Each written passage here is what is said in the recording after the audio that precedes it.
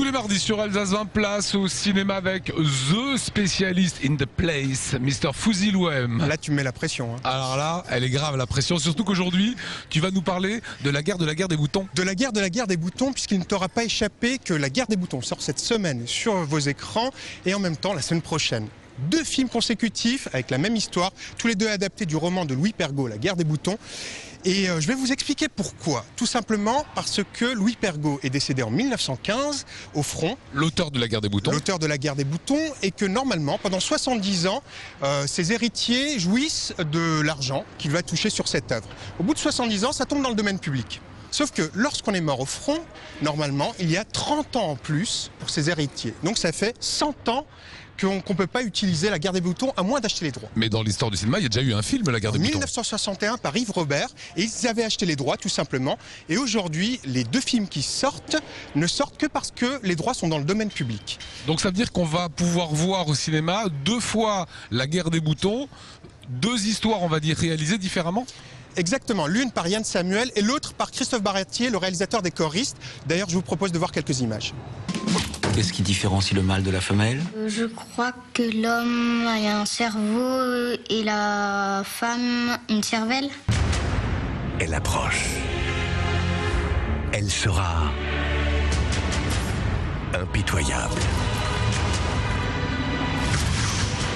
Une nouvelle guerre va éclater. La guerre des boutons! Voilà, en tout cas, ça donne envie. Mais tout à l'heure, tu parlais des 70 ans, plus 30 ans quand on est mort à la guerre. Ça fait un siècle. Hein. Ça fait 2016, normalement. Eh ouais. Figurez-vous qu'on est en Europe et que le droit doit être harmonisé partout. Et le droit européen dit 70 ans. Donc il y a une cour de cassation qui a siégé en 2007 et qui dit le droit c'est 70 ans. Donc les réalisateurs peuvent faire des films.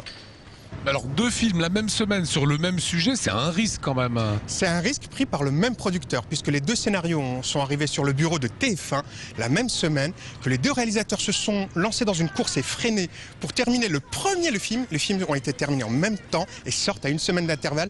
Personne n'y gagne à mon avis. Bah évidemment, le public ne va pas aller voir La guerre des boutons et la semaine suivante, l'autre guerre des boutons par un autre réal. À moins de préférer l'une des 2 stars, soit Eric Elmosnino, soit Guillaume Canet. Voilà, à choisir. Autre actu, c'était cette semaine, un autre réalisateur spoilé aussi de ses droits. Exactement, c'est dans l'histoire du cinéma un cas d'école. Il s'agit de Georges Romero qui est ici à Strasbourg cette semaine pour une rétrospective aux stars. Et ce réalisateur a réalisé en 1968 La nuit des morts vivants. Et son producteur avait décidé d'appeler le film autrement, ça s'appelle La nuit des mangeurs de chair. Et il décide à la dernière seconde d'appeler ça La nuit des morts vivants. Il met le titre sur le film et il oublie le copyright. Du coup, les droits ne sont jamais allés au réalisateur. Ça représente des millions. Et il est là cette semaine, vous pourrez lui poser la question, peut-être sans le fâcher. Voilà, c'est un homme ruiné, quoi. En gros, il est ruiné. Il est ruiné.